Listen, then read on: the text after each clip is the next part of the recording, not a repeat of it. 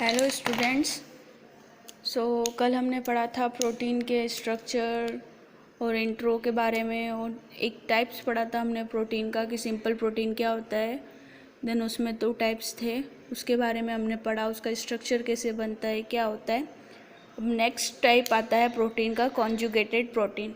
Conjugated का meaning होता है कोई और चीज़ या कोई और पार्टिकल आकर ऐड होना।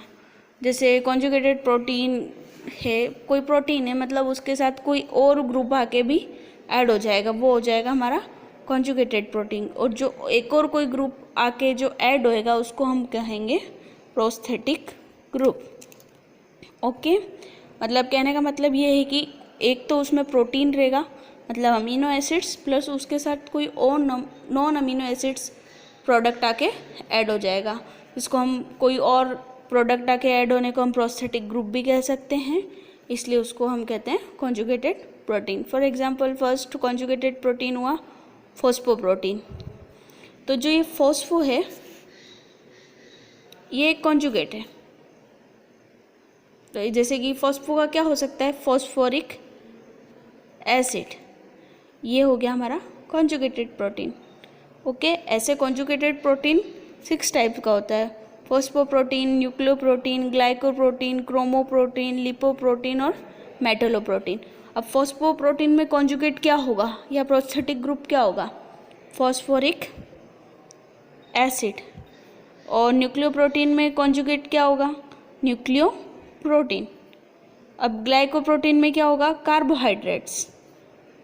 क्रोमोप्रोटीन में पिगमेंट्स एंड लिपोप्रोटीन में लिपिड्स हुए, और मेटलोप्रोटीन में क्या हो जाएंगे, मेटल्स। ये कॉन्जुगेट हो गए हैं जो कि प्रोटीन के साथ आकर ऐड हो गए, जिसको हम प्रोस्थेटिक ग्रुप भी कह सकते हैं। और कार्बोहाइड्रेट्स जो हैं, ग्लाइकोप्रोटीन को हम मैकोप्रोटीन भी कहते हैं। ओके, क्लियर हुआ। कॉन्जुगेटेड प्रोटीन का मतलब होता है कि प्रोटीन के साथ या अमीनो एसिड के साथ किसी और ग्रुप का आके या पार्टिकल का ऐड हो जाना, जो कि अमीनो एसिड्स नहीं रहेंगे, जो कि कोई और प्रोडक्ट रहेगा या नॉन अमीनो एसिड रहेगा जिसके अंदर अमीनो एसिड प्रेजेंट नहीं रहेगा, जिसके एग्जांपल मैंने आपको बताया है। अब हम प्रोटीन के 3rd टाइप पे आते हैं, तो वो रहता है डिराइव्ड प्रोटीन।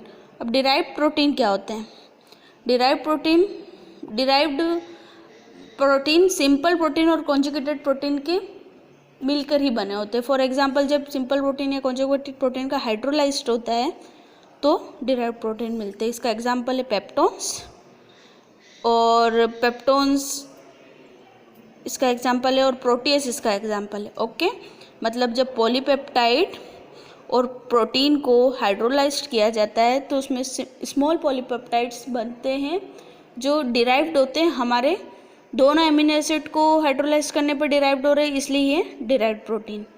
ओके, समझ में आया। ये 3 टाइप्स हो गए हैं, simple, conjugated and derived protein.